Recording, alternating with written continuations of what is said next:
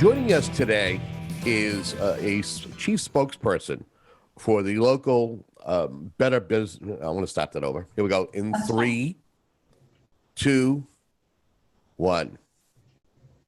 For this particular segment, I thought it would be best, seeing that it is the holiday season, and a lot of us, it's frantic because the holidays come upon us really quick.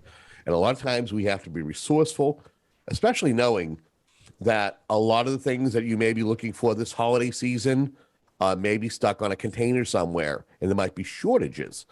A lot of folks turn to online shopping.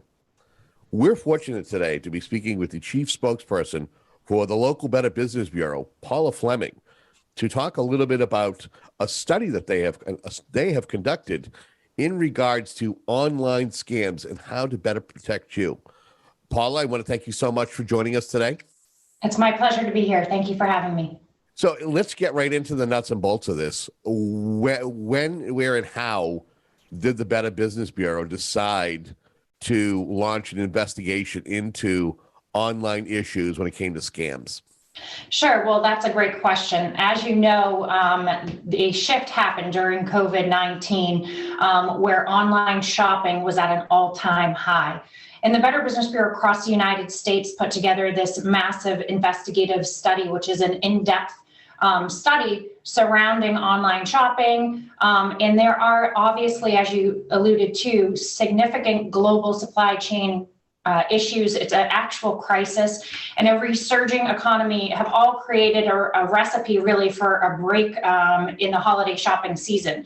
So we're really addressing right now, as people have already begun to online shop, in-store shopping, that online shopping fraud and the role of social media is a really important point to hone in on during this holiday season and make your viewers and listeners aware of the situation. Online shopping fraud has been growing for several years. But again, according to the Better Business Bureau, and this is across the United States, it dramatically increased during the pandemic as people were stuck at home and shopping online. And would you say that social media, or would the report, the investigative study itself, point to social media as a conductor? Yes, unfortunately, the Better Business Bureau did find that it was common for people to begin the transaction on social media platforms such as Facebook and Instagram. And actually, it was a 70% of the time that we have found that this is where the scam initiated. Obviously, these fraudsters are very intelligent, and they understand how Facebook can target shoppers. And they actually have developed strategies to reach those likely to be interested in buying a specific product this holiday season, whether it be for themselves or their children or significant others, etc. So when we talk fraud, are we talking that they'll process a credit card and not provide any type of product, or are we talking that they would take payments, but what they would send back to the consumer wasn't necessarily what they were seeking? We're talking about those two things. We're talking about counterfeit goods. We're talking about promises of delivery prior to the holidays, when in fact, as you had mentioned, there's significant issues where they're not even able to get here. So it's a variety of different issues, counterfeit goods, promises of delivery by holiday season, promises of, not even counterfeit goods, but claims that they'll give you the hot item of the year for the holiday season, and then you never receive anything. So this is really covering all different issues of fraud in regards to online. Now, is this only domestic fraud, or is this foreign and global fraud we're talking here? No, we're talking, we looked at online purchase scams regarding a variety of factors. I mentioned counterfeit goods. China has actually blocked its people from using Facebook's social media platform in China. So it's really an in-depth study, and it goes across all different, we look at Romania, US, Canada, we work with and continue to work with law enforcement agencies. There have actually been, in 2020, the U.S. Custom Agency seized $1.3 billion in counterfeit goods, which led to the arrest of over 200 individuals, and secured almost 100 convictions, which is really, great to see that people are held accountable for this.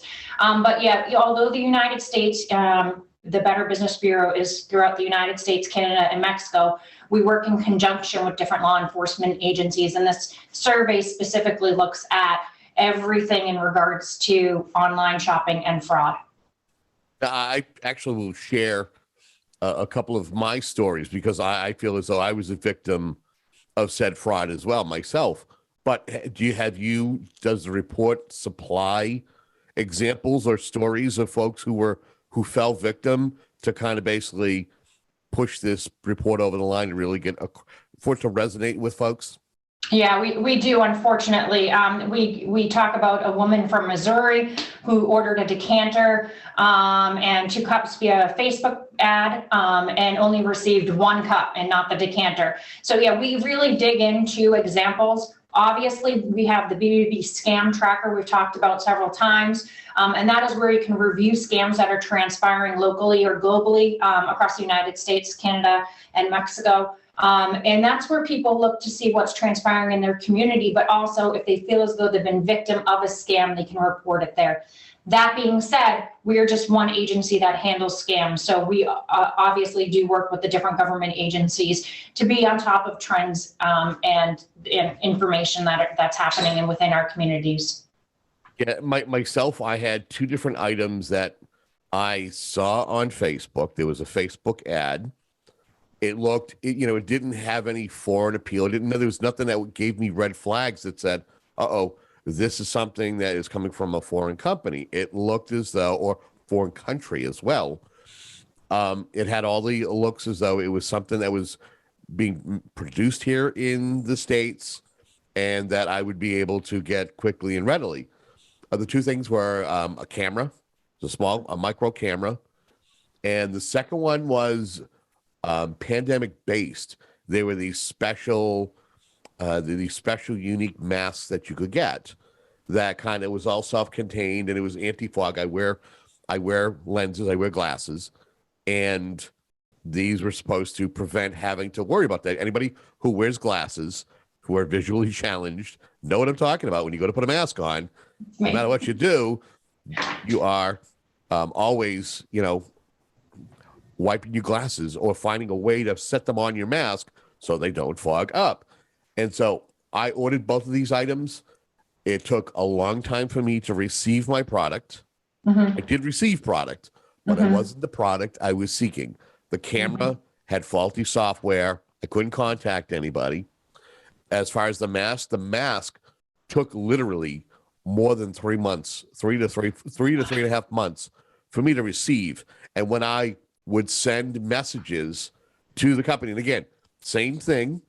It looked like an American company until I got I had to send an email. Come to find out, it was from, I'm not sure if it was Taiwan, it was China, or anything in that particular region. But they could not find my order. They didn't know what I was talking about. And then finally, one day, I get this mashed up box that shows up, and these masks did not work. Wow. Yeah. Well, I do wear glasses, but during this pandemic, I have gravitated 99.9% of the time to contacts just for that reason. And have you found success that you don't have to worry about that or do your contacts have issues with masks? No issues with these contacts. But with glasses, the steaming and it was so difficult. So yeah, you'll see me most often with contacts now. So again, if folks are just tuning in, we are privileged to be speaking with Paula Fleming. She is the chief spokesperson for the local Better Business Bureau, and we are talking about an investigation that the BBB did in regards to online scams. And as I kind of teased the conversation, this is that if you are shopping online for your holiday gifts, be buyer beware. And I don't want to give away any of the secrets because that's why Paul is here, is just kind of give us some of the recommendations and other information in regards to this. What recommendations did this particular study make, whether in generalization to online shopping, or as far as things that maybe other organizations can do to safeguard consumers? Well, it's important that when you are on these different social media platforms, that you don't just click on any ad and provide your financial and personal information. We really encourage people, if you see a deal that sparks your interest, take it off the platform, go directly to the website, and take your time and do some research. Find out a little bit about the business. You can obviously look at bbb.org, read customer reviews, and really a little bit of research can get you a long way and save you a lot of hassle. We always encourage people and frankly urge people to use a credit card when making purchases online and not a debit card. And obviously never wire money or use any third-party apps because it just is an extra layer of precaution for you to use. While Facebook is a great, and Instagram and all the social media platforms are really a good avenue to communicate, to target your audience. Better Business Bureau, we use it to get our messaging out. You can never be too cautious on who is actually advertising to you, because there are a lot of mirror websites. So someone that may look like the Better Business Bureau, but in fact aren't. And some red flags that you can look for there are check for grammatical errors. Check to make sure that the website doesn't, or the URL doesn't have any misspellings within it. And again, take it off the platform and do a quick Google search or go directly to the website if you know it.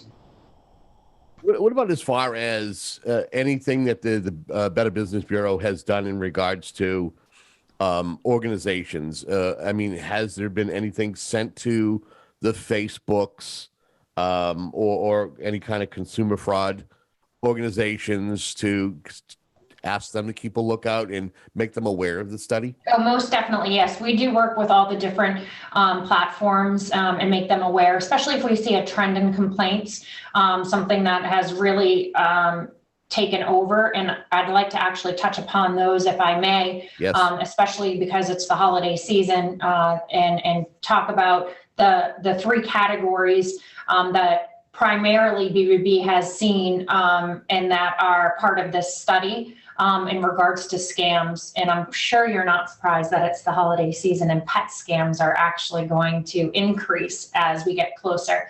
And that is actually pet scams are accounting for 35% of the scam tracker reports about online shopping in 2021. Wait, so like what particular items are they targeting U.S. consumers with? Well, I mean, because I'm a pet lover, I actually have 2 dogs, and I'm more susceptible to buy things that I may see online for, my 2 pets. So this is specifically that we've received over 100 reports on people that have actually tried to purchase a pet. So not necessarily like merchandise for the pet, but an actual pet.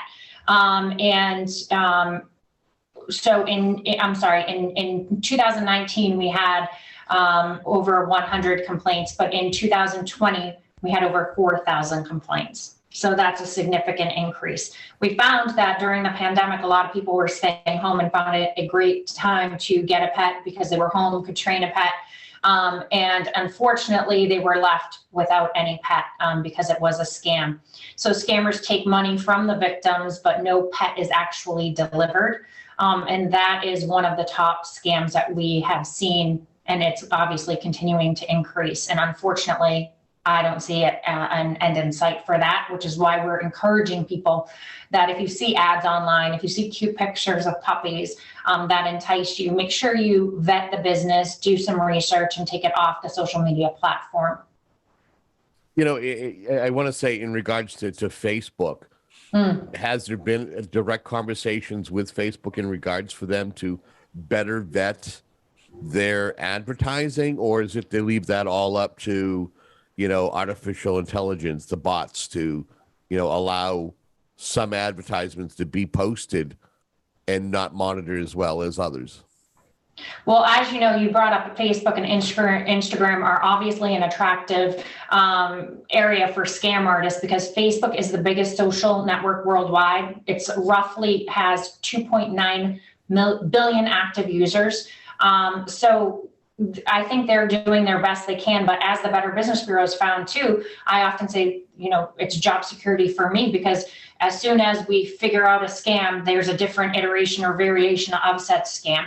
So it's a constant, trying to make sure that these don't continue to transpire, but it's constant, it's an evolution. And although I do believe Facebook is doing its best effort, it's nearly impossible to keep track. Every time you shut something down, one comes up. So we do work, the Better Business Bureau has worked with many of the different platforms to try and stop this. It's almost like a virus. These thieves, and they are able to create a new variant or a new avenue to be able to catch the eye of someone who is unsuspecting. It's very interesting. It is. And many victims and small businesses do have said and do say, and it's within the study, that they believe Facebook and Instagram can do more to prevent the widespread fraud. There's talk in this study, and again, it's an extremely in-depth study of a class action that was recently filed in the U.S. federal court against Facebook, contending that it is complicit in fraudulent sales and fails to abide by its own policies in addressing them. But I would urge your listeners, viewers, to go and read the report, because it's really an in-depth, and we're just scratching at the surface here. But again, as a Better Business Bureau as a whole, we try to do our best to stay on top of trends, educate people within the United States, Canada, Mexico on what's transpiring, and arm them with the knowledge so they don't fall victim to the scams. What is the best way to report online fraud? So information like that that has been compiled by the Better Business Bureau can be put into such report to share it with everybody, with a wider viewing and listening audience. Right. So there's a variety of different areas in which you can, or rather agencies. So the Better Business Bureau, you can file a complaint or a report of a scam directly going to BBB.org. There's obviously the FTC, which is the Federal Trade Commission, and that's reportfraud.ftc.gov. There's the National Intellectual Property Rights Center. There's Facebook directly. There's Instagram directly, Amazon, Google, PayPal.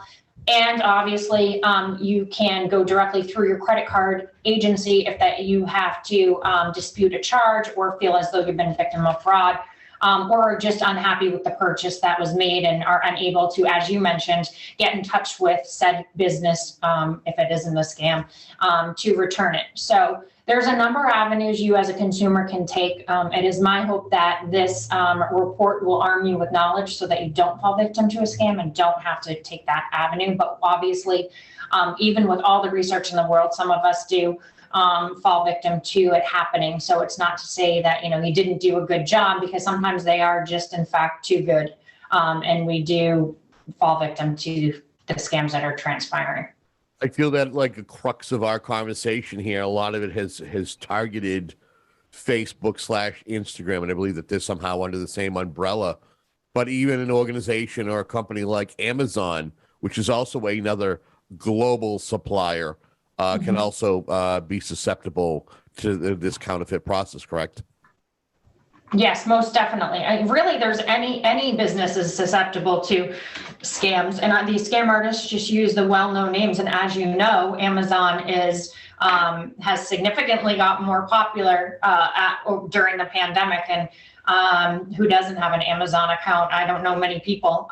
So yes, anybody is susceptible, and typically the larger names, well-known names, that they're targeting them and using them to scam people, whether it's text messaging, that you have a delivery and you click on it, or there's an email, confirm your delivery, and then you go and you're taken off into a world that you don't even realize that you're just start clicking. So yeah, again, if you have an email, a phone call, a text message, if you're on a social media platform, take it off of the platform. Do not respond to the text. Do not give personal information out over the phone. I cannot reiterate it enough.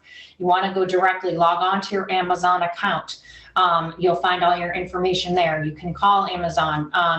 And it continues, like whatever you're making a purchase on. The best thing to do is just to go directly to whether it's Amazon or a smaller business. who you purchased from, or if you have questions in regards to a product, go directly to them. And what's even more important, and you might have mentioned this earlier, is credit cards these days are doing their best to protect those who have credit under them, and can also get involved with this as well. Right. Yes, you're exactly correct. And the reason I just want to dive a little bit deeper into credit card versus debit card, because a lot of people are confused and they are like, well, we don't want to build up debt.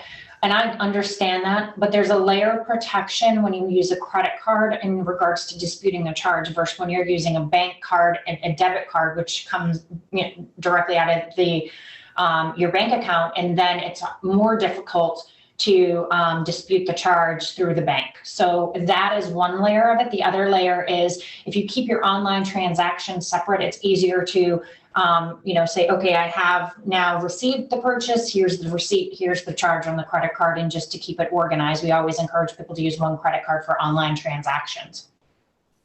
We find that folks who are kind of newer to technology and online services to be the ones who are more susceptible than the ones who are savvy, or do you find that across the board, does the report find across the board that it doesn't matter how tech savvy or how smart you are, that there's always a scam that will get somebody when it comes to counterfeit product?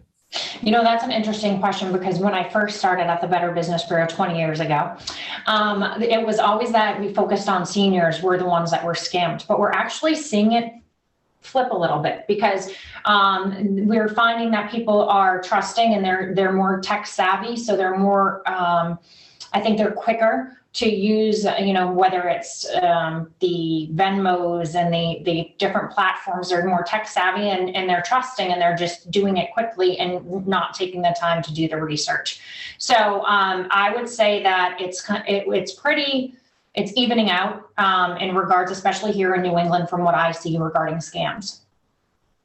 Anything that we haven't touched upon in our conversation, but you feel is very valuable to the folks who are tuned into this particular program? I would just encourage people to go to bbb.org. There's information in regards to this fake online and fraud, the study that we have done most recently. But there's also information on, the holiday season, scams that are transpiring, more specifically, and tips if you're holiday shopping, and also checking out businesses. You can go right to bbb.org, free 24 hours a day, and research a charity or a business prior to making a purchasing decision. So I would encourage people to do that. But I would ask you a personal question as somebody who is and again, if you folks are just tuning in, I apologize. We've been privileged to be speaking with Paula Fleming, who is the chief spokesperson for local Better Business Bureau, the local Better Business Bureau. Seeing a report like this, does this make you a little apprehensive to doing online shopping? Yes. Yes, because, I always go on and say, take 5 or 10 minutes, and then I'll have someone call me or send me a social media and say, well, I did what you said and I did the research and I was still scammed. So as I mentioned, doing research doesn't protect you, everyone, 100% of the people, 100% of the time, because these scam artists are very, very savvy. So yes, I too can get caught up in the busy day and the hustle and bustle of the day. And then I, find myself looking at my social media platforms and looking at my teenager's request for his number one gift. And, if I finally find it, and really quickly, I have to stop myself and say, all right, stop. You have to do research. Is this a legitimate business? What is the return policy? Practice what you preach type of thing. And so, yes, I think after 20 years, I'm hesitant to even, and maybe a little guarded in regards to any knocks at the door, any, mail that I open up, any emails, any text messages. It's unfortunate, but that's the world we live in. Yeah, like you, I do a lot of a lot of interviews in this regard. You and I have done a couple of great interviews, and this is just yet another one to better inform folks.